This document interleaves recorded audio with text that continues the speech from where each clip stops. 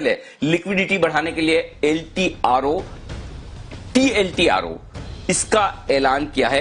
TLTRO 2.0 इसमें 50,000 करोड़ की additional liquidity समय समय पर दी जाएगी, जो काम आएगी NBFC के लिए और छोटी फाइनेंस कंपनियों के लिए, जिन्हें आप माइक्रो फाइनेंस कंपनियां कहते हैं। पहला बड़ा ऐलान लिक्विडिटी बढ़ाने के लिहाज से ये होगा। दूसरा बड़ा ऐलान लिक्विडिटी बढ़ाने के लिहाज से जो है, नाबार्ड, सिडबी और NHB को लगभग 50,000 करोड़ की मदद दी जाएगी, वित्तीय मदद। उन्हें पैसा बांटा जाएगा ताकि बदले में वो उनके जो क्लाइंट्स हैं, उन जिन सेक्टर्स को वो फंडिंग करते हैं वहां पर पैसा दे पाए। मसलन NHB हाउसिंग सेक्टर को पैसा देता है तो वो दे पाए, सिडबी छोटी उद्योगों को पैसा देती है वो दे पाए, नाबार्ड भी अपने कस्टमर्स को पैसा दे पाए। तो इन्हें मिलेंगे 50,000 करोड़, बदले में ये बांटेंगे पैसा।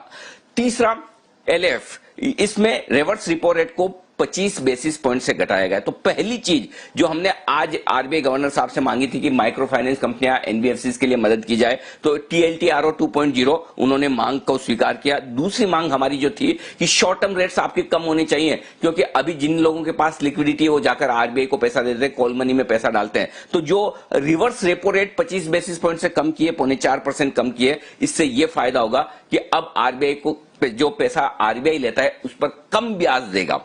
जी हां, अगर बैंक जाकर RBI के पास पैसा रखते हैं तो उन्हें अब ब्याज कम मिलेगा, 25 बेसिस पॉइंट।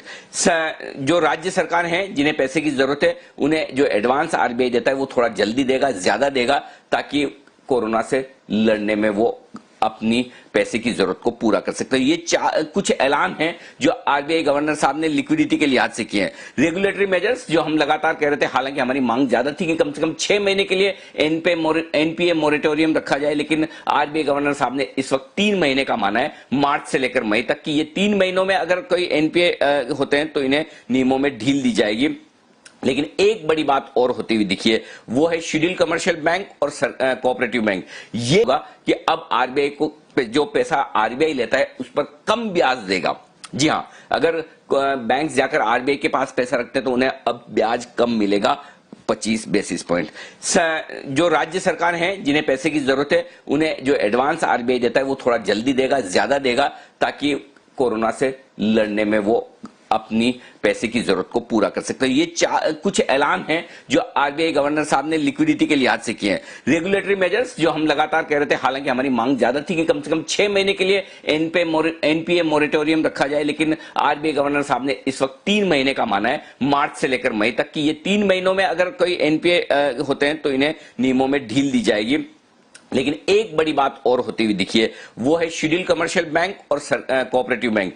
ये इस साल के लिए डिविडेंड का ऐलान नहीं कर पाएंगे। इस मैटर को जरा अच्छे से समझना होगा। शेड्यूल्ड कमर्शियल बैंक मतलब क्या सारे प्राइवेट बैंक्स जो लिस्टेड हैं वो अब डिविडेंड नहीं दे पाएंगे? तो क्या ऐसे में इन्वेस्टर्स अगर डिविडेंड के लिए इन शेयरों को खरीदते हैं तो क्या उन्हें निराश होना पड़ेगा? ये एक बड़ा मुद्दा। साहब ने जो कुछ ऐलान किया उसे कैसे देखती हैं आप?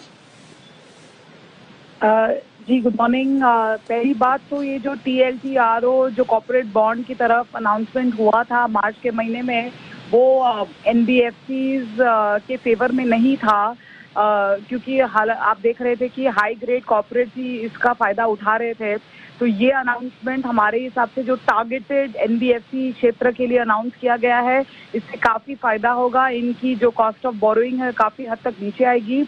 हालांकि बॉन्ड मार्केट में अभी कोई ट्रेड हुए नहीं है, लेकिन हमारा ये मानना है कि ये जो NBFC की तरफ जो इन्होंने प्रेफरेंस दिखाई है, जो स्पेसिफिक एडिशनल अमाउंट और जो उन्होंने रिवर्स रिपो में 25 बेसिस पॉइंट की कटौती की है, ये दोनों मिला के कम से कम 25 से 50 बेसिस पॉइंट का जो कॉस्ट ऑफ बोरोइंग इम्पैक्ट जो नीचे की तरफ होगा वो NBFC क्षेत्र में आपको दिखाई देगा।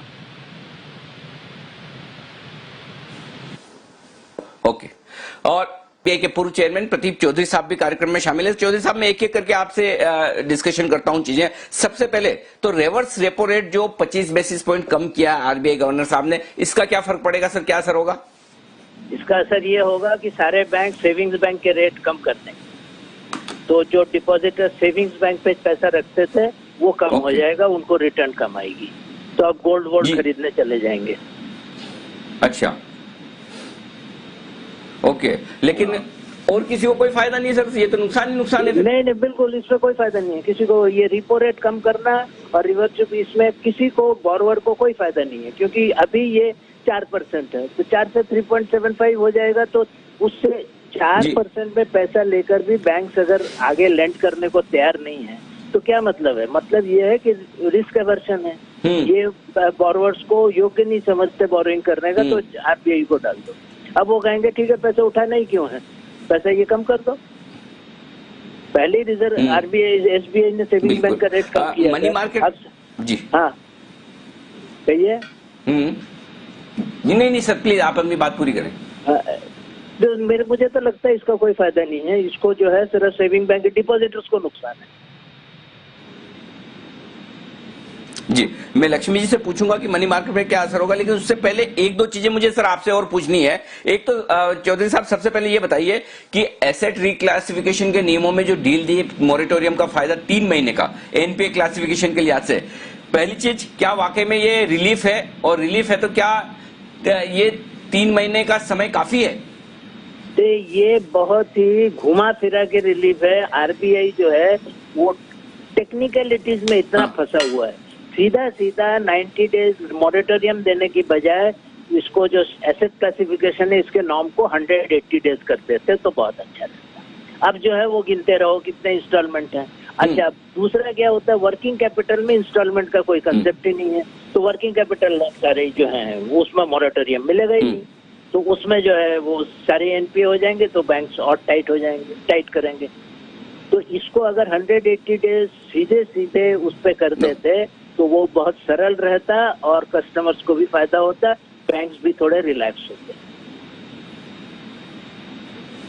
मैं आपसे समझना चाहता हूं कि इस साल के लिए मार्च 2020 के लिए शेड्यूल्ड कमर्शियल बैंक और कोऑपरेटिव बैंक्स ये दोनों किसी तरह का डिविडेंड नहीं दे पाएंगे, तो क्या मैं ये समझूं कि जितने भी प्राइवेट बैंक्स हैं, जितने भी सरकारी बैंक है, कोई डिविडेंड नहीं देगा क्या?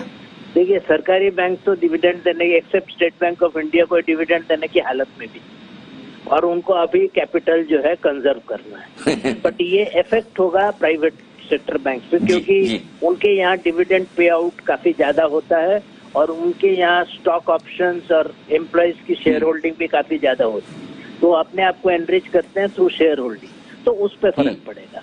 बट ओवरऑल देखा जाए तो इस टाइम पे बैंक्स को जो है अपने रिसोर्सेस कंजर्व करने चाहिए, और मेरे ख्याल से आरबीआई ने गवर्नमेंट से बात कर ली होगी कि don't expect any dividend from the nationalised banks. तो सर क्या मैं ये ठीक समझ रहा हूँ कि आईसीआईसीआई बैंक, एचडीएफसी बैंक से लेकर जितने भी मेरे यहाँ स्टॉक मार्केट में लिस्टेड बैंक्स हैं इस साल वो डिविडेंड नहीं दे पाएंगे? नहीं देना चाहिए, दे पाएंगे बिल्कुल। एट ए फर्स्ट रीडिंग तो यही लग रहा। और इसमें एक चीज मेरे पास जी, अच्छा देखिए, जिन निवेशकों का पैसा ओवरनाइट कैटेगरी फंड वगैरह में पड़ा हुआ है उनको तुरंत वो पैसा वहां से निकाल के लिक्विड या अल्ट्रा शॉर्ट टर्म कोई भी कैटेगरी में डालना चाहिए। हमारा ये मानना है कि जो ओवरनाइट रेट, जो एक दिन का जो ब्याज है वो नीचे की तरफ ही जाता रहेगा। जब 4% रिवर्स रिपो रेट था तब भी 3.5% के आसपास ये रेट थे, अब तो 3.25% हो गया, तो और नीचे चले जाएंगे ये रेट। तो लिक्विड, अल्ट्रा शॉर्ट टर्म ये जो जैसे आपकी इन्वेस्टमेंट होराइजन है, 1-1.5 महीने का पैसा आप लिक्विड में एकदम ये लेवल पे भी लगा सकते हो। ओवरनाइट फंड से जितना आप दूर भाग सको उतना आपके लिए ठीक रहेगा। ओके, ओवरनाइट फंड से दूर रहें तो बेहतर है। शुक्रिया लक्ष्मी जी। जानना चाहता था चूंकि आरबीआई ने ये कहा है कि इस साल यानी कि 31 मार्च 2020 जो खत्म हुआ उसके लिए अब शेड्यूल कमर्शियल बैंक है ना डिविडेंड नहीं दे पाएंगे इस साल, और सरकारी बैंकों के पास तो जैसे चौधरी साहब भी कह रहे थे कि एसबीआई के अलावा किसी के पास पैसे ही नहीं है बैंक डिविडेंड देने के, तो क्या इसका कोई असर पड़ेगा? क्योंकि बहुत सारी एफआईज ऐसी होती हैं जो जिनके लिए कंडीशन है कि वो किसी स्टॉक में पैसा इसीलिए लगाते हैं, ये लगाने के पहले ये जरूरी कि वो डिविडेंड देता है या नहीं, प्लस जो बड़े बैंक्स हैं वो डिविडेंड नहीं दे पाएंगे, तो क्या इससे कुछ फर्क पड़ने वाला है? नहीं Anil ji, it is already in the price. अब डिविडेंड यील्ड्स इन बैंक्स के because of their price multiples वो काफी बढ़ चुके थे और डिविडेंड यील्ड्स घट चुके थे, और अगर उन्होंने 1 साल या 6 महीने के लिए डिविडेंड ना भी दिया और सिचुएशन वापस ठीक हो गई, then they can come back. So dividend distribution would rather go into credit expansion, which is a better way. कि आप जितना आप डिविडेंड दे रहे थे उतना आप क्रेडिट में एक्सपैंड कीजिए, और जितना इम्बैलेंस है वो करेक्ट हो जाए। I think market will have already factored in. मैंने जैसे कहा ना Anil ji, I think banks had got beaten out because of this, or NBFCs were at the brunt of the selling, क्योंकि उनको कुछ रिलीफ आया नहीं ऑन द मॉरेटोरियम। मुझे लगता है जो उन्होंने किया है, I think both on the housing and on this काफी रिलीफ आया है, and I think it's a very very positive step. और उन्होंने ये भी कहा है कि ये ट्रांचेस में है, अगर आपको और चाहिए तो we will address more. So I would take this dividend, non-dividend going as just a passing stock.